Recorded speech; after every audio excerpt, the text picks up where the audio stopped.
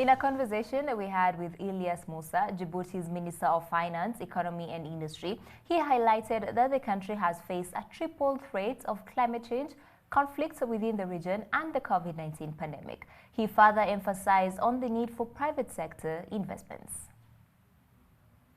As you know, in the annual meetings, generally, there are a couple of important topics which are under the agenda.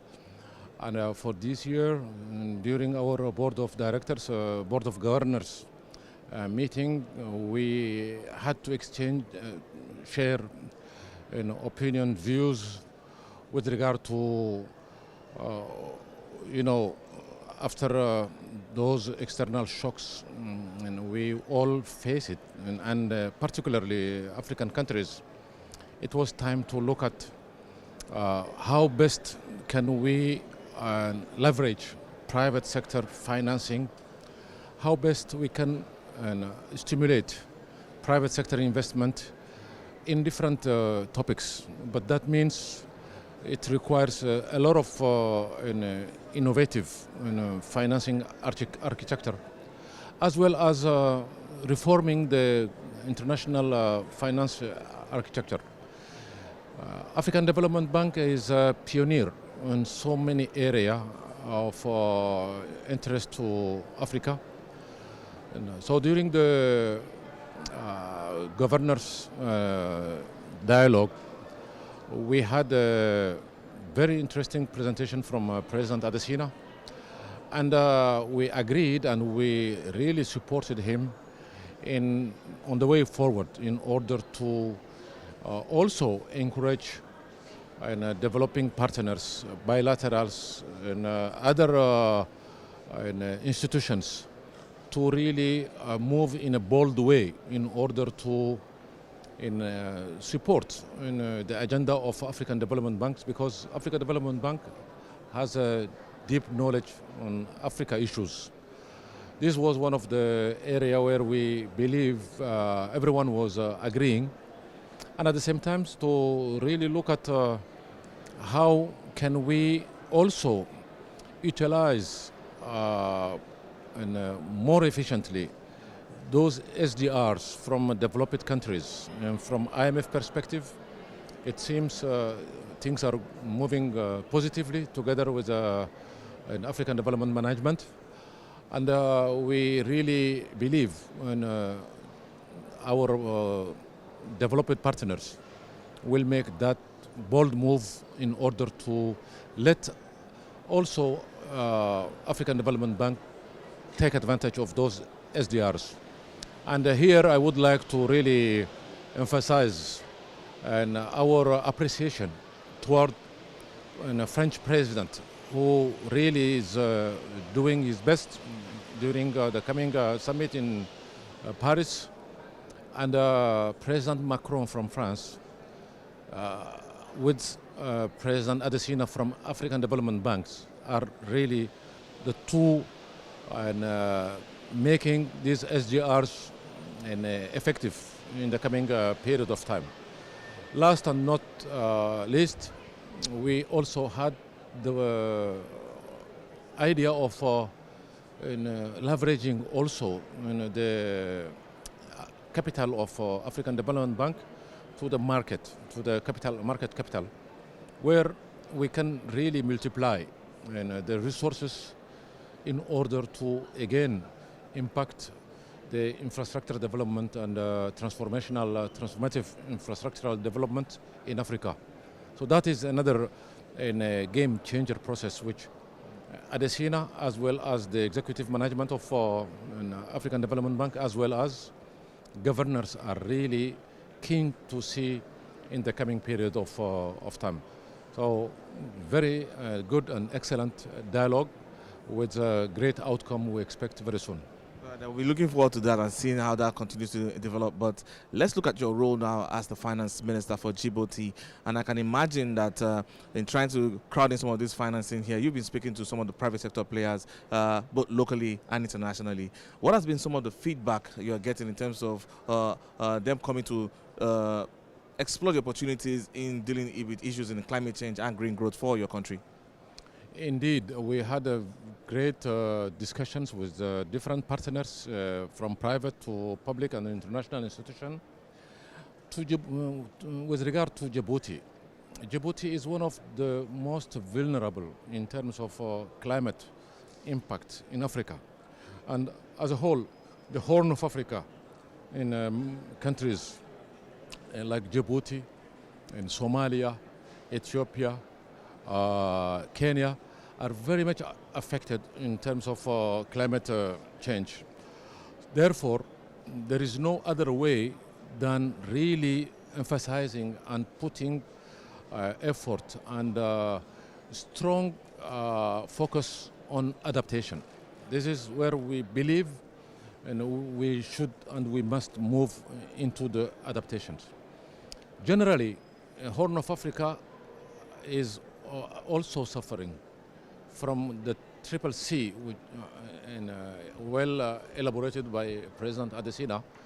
And we are suffering from the climate change, we are suffering from conflicts in the region, as well as from COVID impact. So how best, since we now observe less resources from the developed countries and declining resources from those partners, and we should now look into private sector driven investment. And in Djibouti, we are now almost finalizing our green growth and climate resilience strategy in order to really bring back private investment into the region in terms of infrastructures, but as well as in our diversification journey, because it's very important that we really look at not only in terms of climate resilience building, but make use of that climate resilience strategy into the diversification strategy. With the very specific move of the Horn of Africa, we created, as a Minister of Finance in the region, what we call it Horn of Africa Initiative. That means Minister of Finance from regional countries member and are working together, thinking together and acting together in order to face climate effect. Yesterday, I'm very happy and proud of concluding a very important infrastructure project between Djibouti and Somalia, actually with the border of Somaliland. That kind of move means a lot in terms of resilience building and collective resilience building, which all of us in the region, we believe. And Djibouti has also its own priorities when it comes to really in blue economy, and when it comes to developing also all type of opportunities, and all related to SDGs and objectives. So this is what we are trying to really make happen in Djibouti as well as in the Horn. Yeah. Finally, because we're seeing what's happening here, the amount available in terms of private capital, Africa is only getting just a tiny chunk of that.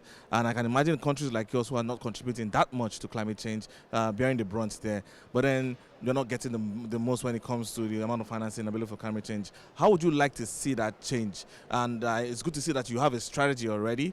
How would you like the larger world to respond to the strategy that you're putting out to address your challenges?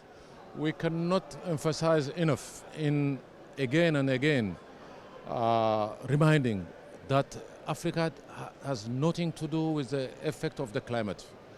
We are not contributing into the degradation of the climate. Africa contribution into the climate is like 3%, but most of the effect are impacting Africans. So it's time to really industrialized countries, advanced economies, to be more engaged, more responsible, and to make sure that, again, Africa is not